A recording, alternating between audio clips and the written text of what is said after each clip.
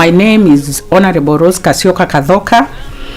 I'm a special elect, Kitui County by Wiper Democratic Movement Party. I was born in a village called Metamisi, that is in Kuso sub-county, Kitui County, and it's a village where you could not imagine somebody can come from that village and go to Kenya High School. I schooled in Kenya High School. After I finished Kenya High School, I went to Mutomo, did nursing. I worked as a midwife for some time. After that, I left the midwifery and I joined the Chameleons Fathers. I was trained as a clinical pastoral education, which I felt is more than being a nurse, but is more interacting with the patients to hear what they are going through, leave alone being sick. They have other special needs, which has to be somebody who needs to listen. Actually, and through that program, it's when I came to realize even myself, there are some things I need to take care of myself and to be aware of them. And I worked, and after that, I went to Ekima University College. I did a diploma in theology. And that's what I've been doing. Okay. Listening to people who are going through difficulties. And it's really in my heart. Even currently, I feel, even being a mheshimiwa, I need to listen to people more than talking. So maybe that's me. I'm a mother of one. It happened, my uncle, who is the immediate follower of my father, was a nominated MP during the time of Kenyatta. I was so close to him and he used to tell me stories about politics, about, and I got interested in politics. As and I went through school, I used really to follow. Those days there were you could not hardly get TVs in homes, but whenever I go somewhere there's a TV, I really wanted to follow the followings of the parliament, how they do their proceedings in parliament. This is how I got interested into politics. And in 2007, we joined ODM Kenya, and I was by then I was youth, and I had the courage. In politics it's courage. Had courage. I could stand and speak, although I was a bit shy, but I could still talk to people about politics, and unaona they are hearing what I'm saying. So I continued that, came to 2013. Now I became in politics. Actually, I did a lot of campaigns with the CORD coalition, and we really worked hard. Actually, we worked hard as a Kamba team war in Nairobi, and we managed to bring Mweke as the deputy governor of Nairobi by then. That was 2013. And I continued in 2017. I got interested into vying in a elective seat, and I vied in Katina Ward, that is in Dagoretti North. So I may say I started things of politics when I was still young through my influence of my uncle, who was nominated MP during the time of Kenya. In the national government, you see 2017, we had 23 elected women leaders in the National Assembly, and we had 47, which 47 is obvious because it's a seat which has been, it's in the constitution for the women, a seat which is for the women, the county women reps. So, according to me, as women in the national government or in the National Assembly, we have not moved far, but at least we thank God, because currently now from 23 we are 29. We have 29 elected women leaders in the National Assembly.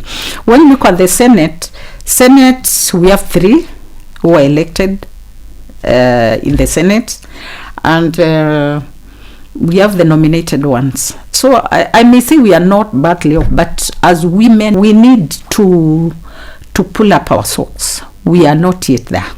Let me say most of the bills they have come from the executive. The bills, most of the policies, they come like the county assembly, they come from the county executive. But actually when they come, we personally, I normally debate on them. I remember there's a time we had our selection committee in the assembly. They selected members, and the women, they were not there. It was not gender well balanced, and it's me was the first person to oppose that. Although some women, they were like, these assemblies, it's, you need to, people are looking for space, but actually women, we need to know, how do we look for our space? We don't need to look for our space by pleasing the men. We need to come out as women and stamp authority. This motion, the women are not well, the committee is not well constituted because the gender is not there. If you have 2 women, a committee of 21 or 11, and you have 2 women, is it well constituted? No. So I request the women who are in elective seats or even special elect, we come out on these bills, on whatever comes, we fight for our women. There's intimidation from men, like they see you are not worthy to be in that elective seat. This seat is for men, and women are not supposed to be there. That's one challenge. Number 2, the resources. Sometimes women resources, it's a challenge. Sometimes you look at it like, now I'll spend this, my children. That is also another challenge. There is a fear. Fear, like, like women, they campaign, the men, they campaign up to late in the evening, and you don't expect a woman to be in the bar to that late in the evening. So that is also another big challenge for women, especially when we are looking for leadership. And also there's that low esteem. Even some of us, we feel when we go to compete with men, we feel like we are not worthy as women. There's also another challenge with women, with the political parties.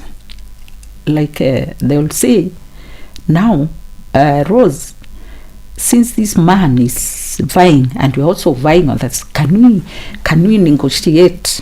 You step down for him.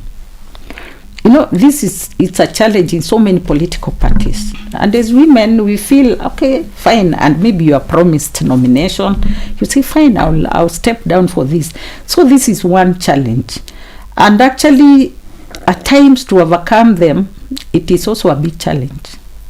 Like even in a political party and you are told by your boss to step down, will you say no? At times you take time for you to say no. And that's why you see some even end up saying, now, since you have refused, you want me to step down and the ground is listening to me, let me go back and vie as an independent candidate. And you see, you've seen a few women who have really made it as independent candidates. So I think it's also good for us women to stamp authority and even tell our political parties, no, me, I have the ground and I can bring the seat.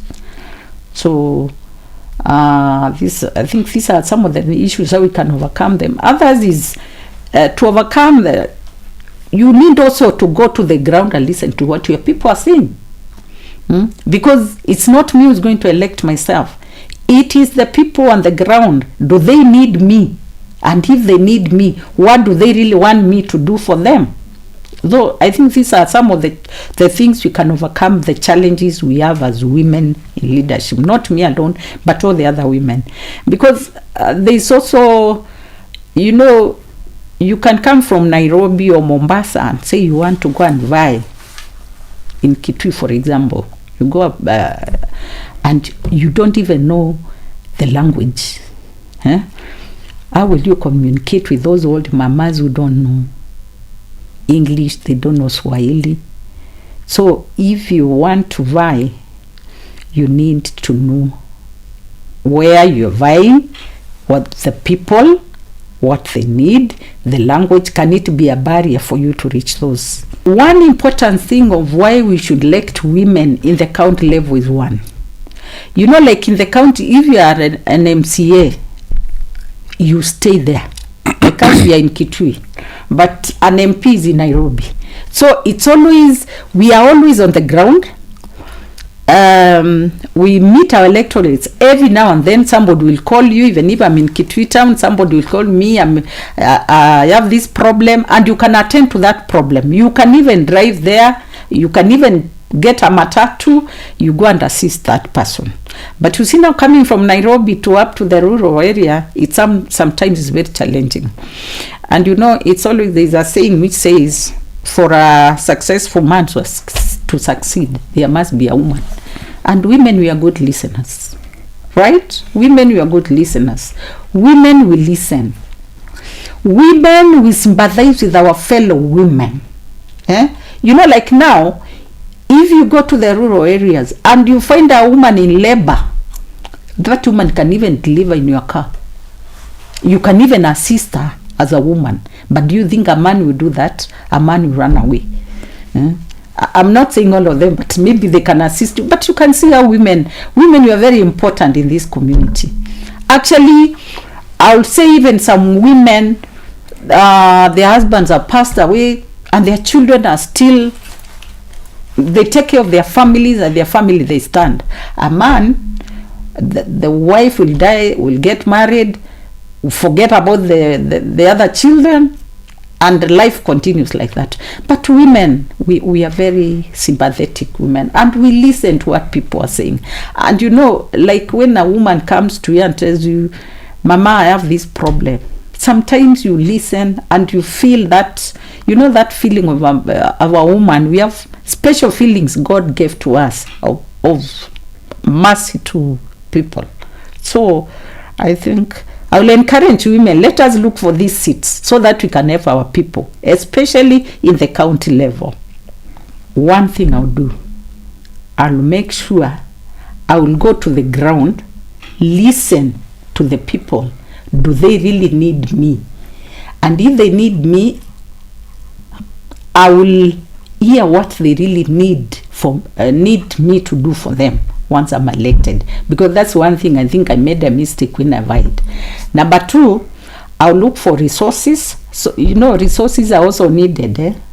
Though at times these resources is us who have put it in the mind. We have corrupted them in our mind that you have to give in money to get a seat. But I think we also need to tell our people. I need to tell the people, if I'm to run today, I need to talk to people and tell them what I will do to them. Leave alone money. I'll give you 50 shillings. What will that 50 shillings do to you? Nothing. But what does that person at the ground need? You need water, you need roads. When you get nice roads, you get water, women will even be very happy. You get nice hospitals, facilities. That one will help our women. At least even delivery. It will be very easy even for an ambulance to go to the ground and bring that woman there, or anybody, not even women, anybody who is in that area to the hospital. So if I'm to run today, there are some things I really go and listen, look into myself, where I went wrong, and to correct. Me, what I will encourage, what the word I have for these women is one. If you are prepared, if you want to vie for an elective seat, first start with your family. Talk to your family, discuss with them, tell them the seat you want to vie, let the family agree on vying. Because sometimes I think we go wrong when we don't involve our family. You are joining politics.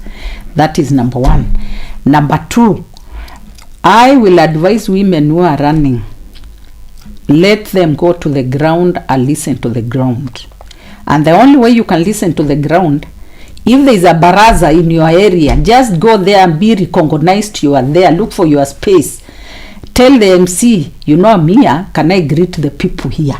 And you will get that chance to greet people. And people will get to know you. Don't even tell them what you need, but just going there in the baraza, let people see you in baraza. There are small chamas for women in the village. You can visit those chamas. In fact, you even buy for them. You can go there, you have tea together, you share. What do you do? Just learn to know.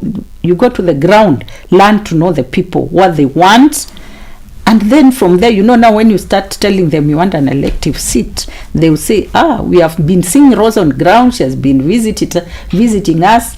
Even these matangas, you don't need to give money. Go there, wash the utensils, be there with those people who are mourning. And I think through that, it's part of to get you known in the area where you want. But another thing is you have to know the geography of the place you are vying. And you have to concentrate on you need to concentrate where you have the numbers, where people know you, and to make sure that ground you have really captured it well. And then the other areas, just visit, knowing that this is my bedroom, where I know even if I go there in time, people are not there. But know the geography of the place where you want to buy, because you cannot just wake up and say I'm going to buy for a seat, and when you asked where is this place, you don't know. You should also know how many schools are there, how many hospitals are in that area, what people do, getting to know the area where you want to buy.